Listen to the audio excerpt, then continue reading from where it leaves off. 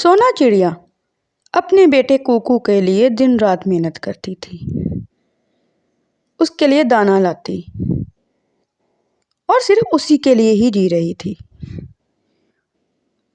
वो एक अकेली माँ थी। कुकू के सर पर उसके बाप का साया नहीं था, लेकिन कुकू था कि उसके नखरे खत्म ही नहीं हो रहे थे। हर रोज सोना चिड़िया जो दाना लाती, कुकू उसमें कोई ना कोई नुक्स तो निकाल ही देता था। मम्मा, आज आप फिर से चावल ले आई हैं। मुझे चावल नहीं खाना था और सूखा दाना चावल का लाई हैं। नहीं मम्मा, मुझे चावल नहीं खाना, मेरे लिए फल लाएं, फल। कुकू बेटा, अभी बहुत देर हो गई है। मैं सुबह से गई हुई हूँ और इतनी मुश्किल से ये एक दाना मिला है, आप खा लो। मुझे नहीं खाना मम्मा, आपको खाना है तो आप खाएं। मुझे तो फल खाना है, वो भी मीठा वाला। कुकू मेरे बेटे, आप समझने की कोशिश करो। जंगल में कहीं से भी दाना नहीं मिल रहा। मैं ये दाना भी आपके लिए बहुत दूर से लाई हूँ। आप ये खा लो मेरा बेटा, सुबह मैं आपके लिए फल ले आऊँगी। नहीं मम्मा, मुझे नहीं खाना। कुकू नाराज होकर दूसरी तरफ मुंह करके बैठ जाता है और वैसे ही सो जाता है। सोना चिड़िया अपने आप से ही बात करती है। सुबह मैं अपने बेटे के लिए मीठा सेब लाऊंगी। करीब ही तो दरख्त है मीठे सेब का, उधर से पता करूंगी, मीठा सेब मिल जाएगा। दूसरे दिन सोना चिड़िया दरख्त पर सेब ढूंढने जाती है, लेकिन वहां पर तो सारे सेब खत्म हो चुके थे। वो वहीं पर परेशान बैठी थी कि ऊपर से गौरी कौवी आती है। सोना, क्या हुआ? बड़ी परेशान बैठी हुई हो। कुछ नहीं गौरी बहन, मेरा बेटा, उसके तो हर रोज़ नखरे ही बढ़ते जा रहे हैं। दाना लेकर जाऊं तो कहता है फल खाना है, और फल लेकर जाऊं तो फिर भी नहीं खाता। आज यहाँ पे सेब लेने आई थी, उसने सेब खाने के लिए कहा था, लेकिन सेब नहीं मिला। सोना, वो साथ वाले पेड़ पर अमरूद है, वो ले लो। उसके लिए आज अमरूद ले आओ। मैं भी दूर से देख कर आई हूँ, दूसरे वाले जंगल भी गई थी, लेकिन खाने के लिए कुछ नहीं मिला। हाँ गौरी, कह तो तुम ठीक रही हो। सोना चिड़िया अपने बेटे के लिए अमरूद लेकर जाती है, लेकिन उसे वो अमरूद भी पसंद नहीं आता। ये क्या मम्मा, मैंने आपसे कहा था कि सेब लेकर आना, और आप मेरे लिए ये अमरूद ले आई। ये अमरूद तो वो मोटी चोंच वाले तोते खाते हैं, मैं नहीं खाऊंगा। नहीं बेटा, किसी के बारे में ऐसे नहीं कहते, वो आपसे बड़े हैं, ऐसे अल्फाज इस्तेमाल नहीं करते मेरे बेटा।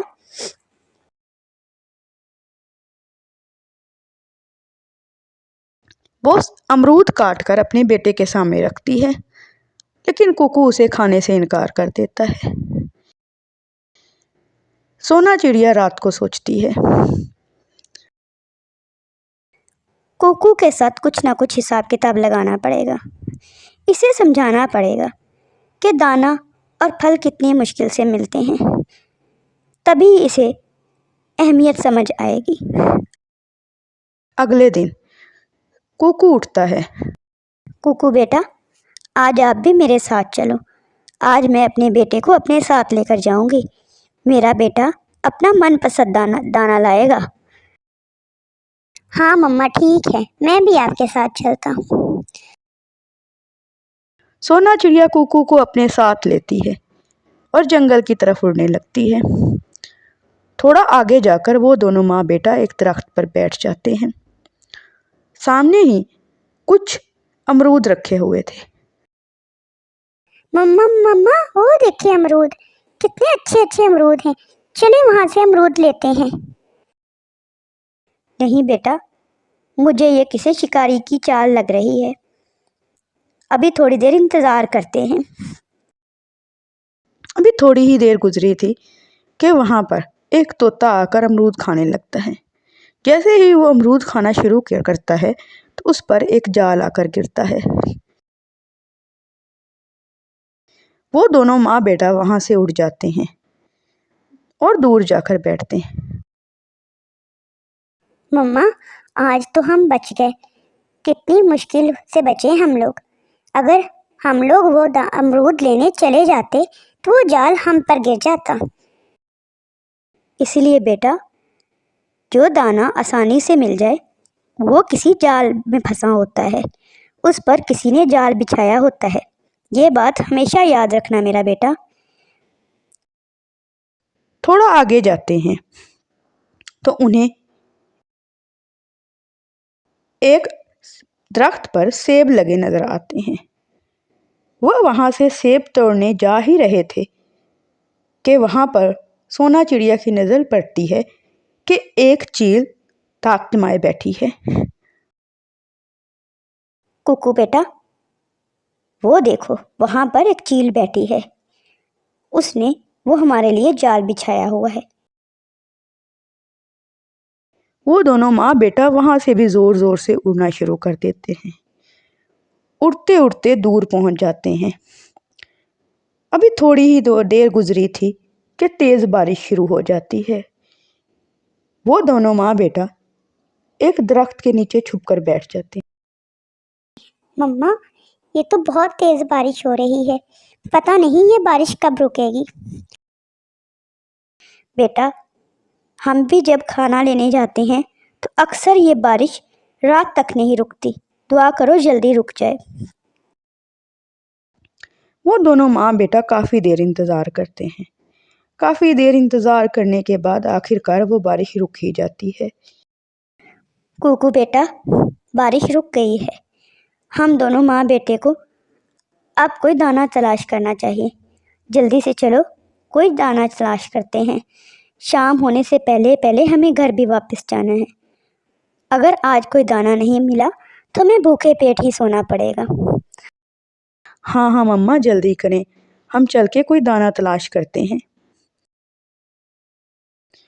वो माँ बेटा उड़ते हुए नदी के किनारे पहुँचते हैं।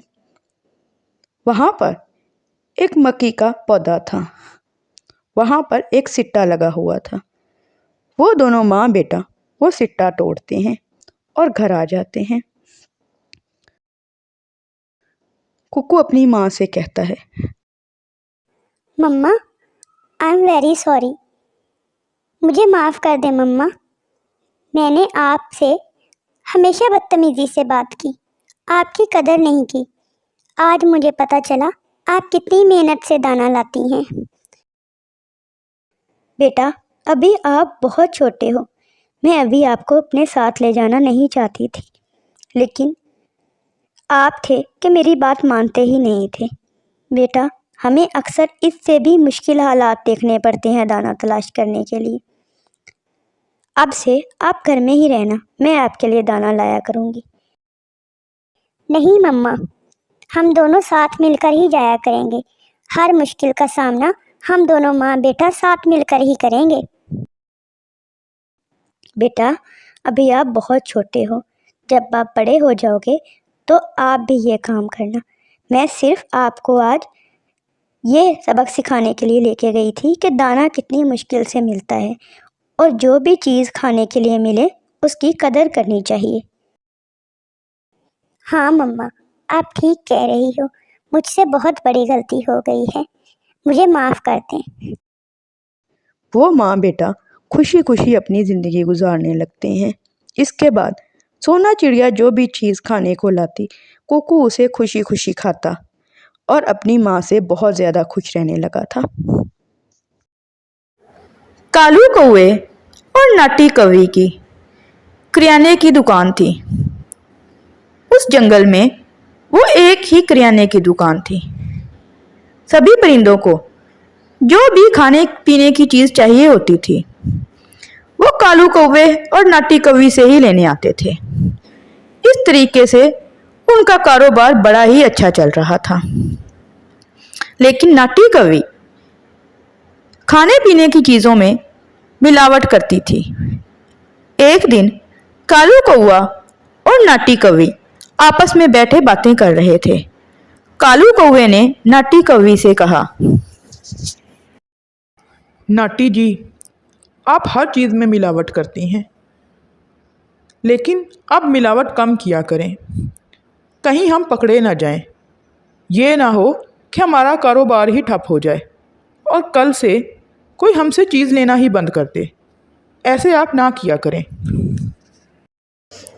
चुप बैठे रहो कालू, उल्टी सीधी बातें ना किया करो मेरे साथ। क्या गुनाह कर रही हूं मैं? सभी तो यही काम करते हैं, और अगर हम ये ना करें तो हमें मुनाफा कैसे होगा? इसलिए चुपचाप अपना काम करो और मेरे साथ बहसबाजी ना किया करो। नाटी कौवी एक बहुत ही लालची कौवी थी।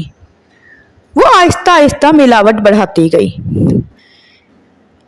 एक दिन सोना चिड़िया उसके पास दाल लेने आई। नाटी बहन, मुझे 50 रुपए की दाल दे दें, मुझे घर जाना है। हाँ हाँ सोना बहन, लो दाल लो, इसी काम के लिए तो बैठे हैं हम यहाँ पर। जाओ दाल लेकर। जब सोना चिड़िया घर पहुंचती है और वो दाल पकाने लगती है तो उसमें बहुत सारे कंकर थे। सोना चिड़िया ये देखकर बड़ी ज्यादा हैरान होती है। वो मिट्ठू तोते और शहर चिड़िया के पास जाती है और जाकर कहती है, मिट्ठू भाई, मैं आज कालू कौवे की दुकान से दाल लाई और उसमें इतने ज्यादा कंकर थे। अब तो इन्होंने मिलावट कुछ ज्यादा ही करनी शुरू कर दी है। मुझे तो समझ नहीं आती कि ये ऐसा क्यों कर रहे हैं। इससे तो सभी परिंदों की सेहत भी खराब होगी। हाँ हाँ सोना बहन, मैं भी लेने गया था उससे पिछले दिनों। उसने उन चावलों में भी बहुत ही ज्यादा कंकर मिलाए हुए थे। मैंने तो वो चावल पकाए ही नहीं और फेंक दिए। इनका कोई ना कोई तो हमें इंतजाम करना ही पड़ेगा। हाँ सोना, जो भी लेने जाओ उनसे उसी चीज में मिलावट होती है। पता नहीं ये दोनों करना क्या चाहते हैं। इनके खिलाफ कोई ना कोई तो एक्शन लेना पड़ेगा हमें, वरना ये इसी तरीके से सभी परिंदों की सेहत के साथ खिलवाड़ करेंगे। मैं तो खुद इनसे बड़ी ज्यादा परेशान हूँ। तो क्यों ना हम सब मिलकर उनसे चल के बात करें कि वो इतनी मिलावट ना किया करें। लेकिन सोना बहन, वो तो बड़े ही जालिम कौवे हैं। क्या वो हमारी बात मानेंगे? मुझे तो नहीं लगता कि वो हमारी बात मानेंगे।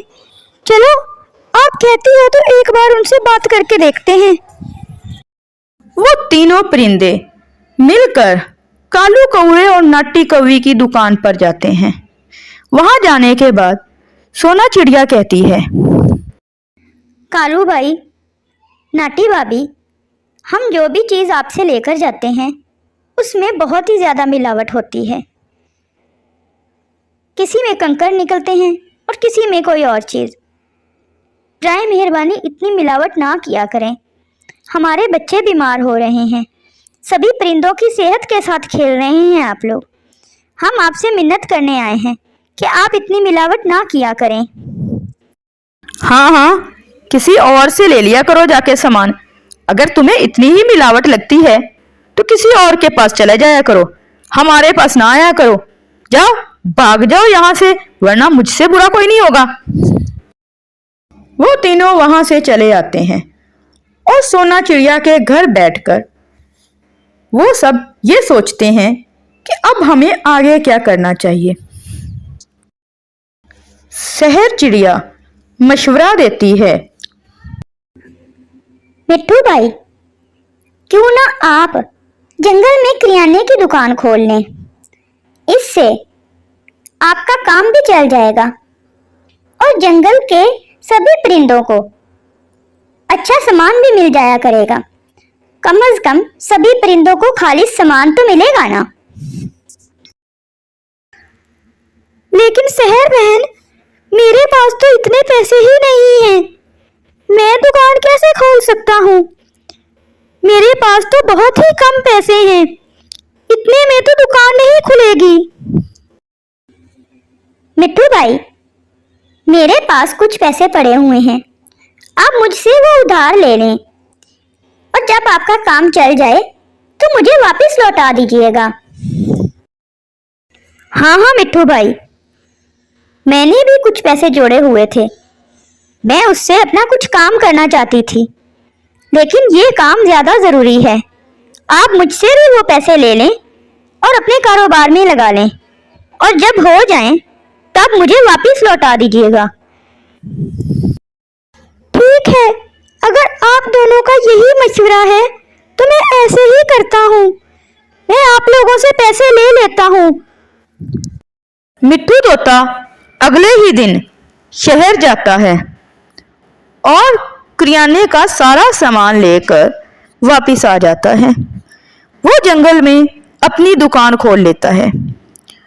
सभी परिंदों में चहलगोइयां शुरू हो जाती हैं कि मिट्टू तोते ने अपनी दुकान खोल ली है। सभी परिंदे आहिस्ता आहिस्ता उससे सामान लेना शुरू हो जाते हैं। क्योंकि मिट्टू तोते का सामान बिल्कुल खालिस होता था, तो उसकी दुकान बड़ा ही अच्छा चलने लगती है। आहिस्ता आहिस्ता कालू कौवे और नाटी कौवी की दुकान कम चलने लगती है। उनको घाटा होने लगता है। कालू कौवा नाटी कौवी से कहता है, नाटी जी, मैंने आपसे पहले ही कहा था कि आप मिलावट ना करें, और आपने मेरी बात नहीं मानी। आज देखें, उस मिट्टू तोते की दुकान कितनी अच्छी चल रही है और हमें सिर्फ घाटा ही हो रहा है। आप उस वक्त मेरी बात मान लेती तो आज हमें घाटा नहीं हो रहा होता। यह सब आपकी वजह से हो रहा है। बड़ी बात की है, मेरी वजह से हो रहा है।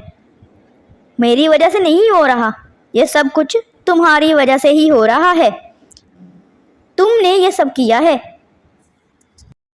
मैंने क्या किया नाटी जी? मैंने तो कुछ भी नहीं किया।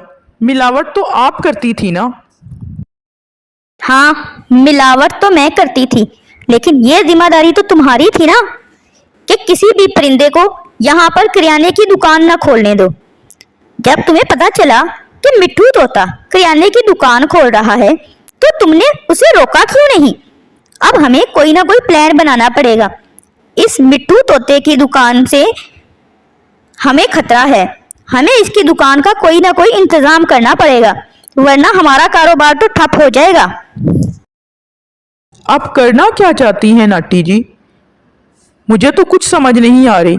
आपके कहने का मतलब क्या है? आज शाम को जब मिट्टू तोता दुकान बंद करके जाएगा, तो हम जल के उसकी दुकान में आग लगा देंगे और उसका सारा सामान जल जाएगा। फिर सिर्फ हमारी ही दुकान रह जाएगी।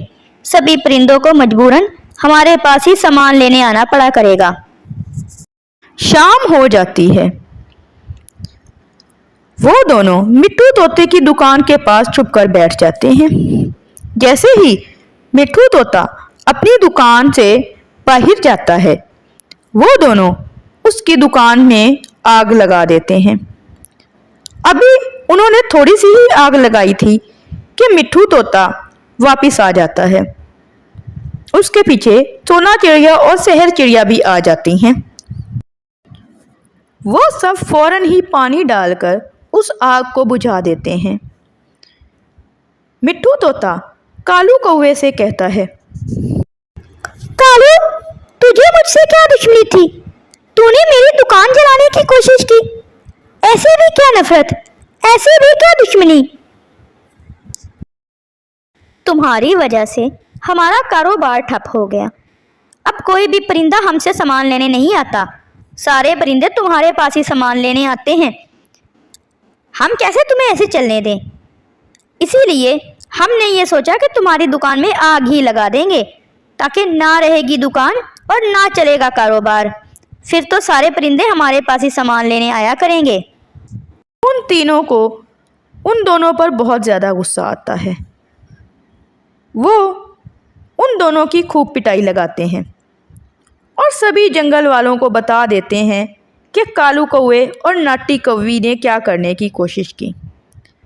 जंगल वाले सभी परिंदे मिलकर कालू कौवे और नाटी कौवी की दुकान भी बंद करवा देते हैं और उन दोनों को मार मार कर जंगल से बाहर निकाल देते हैं और सभी परिंदे खुश खुश रहने लगते हैं और मिट्ठू तोते की दुकान से ही सारा सामान लिया करते हैं।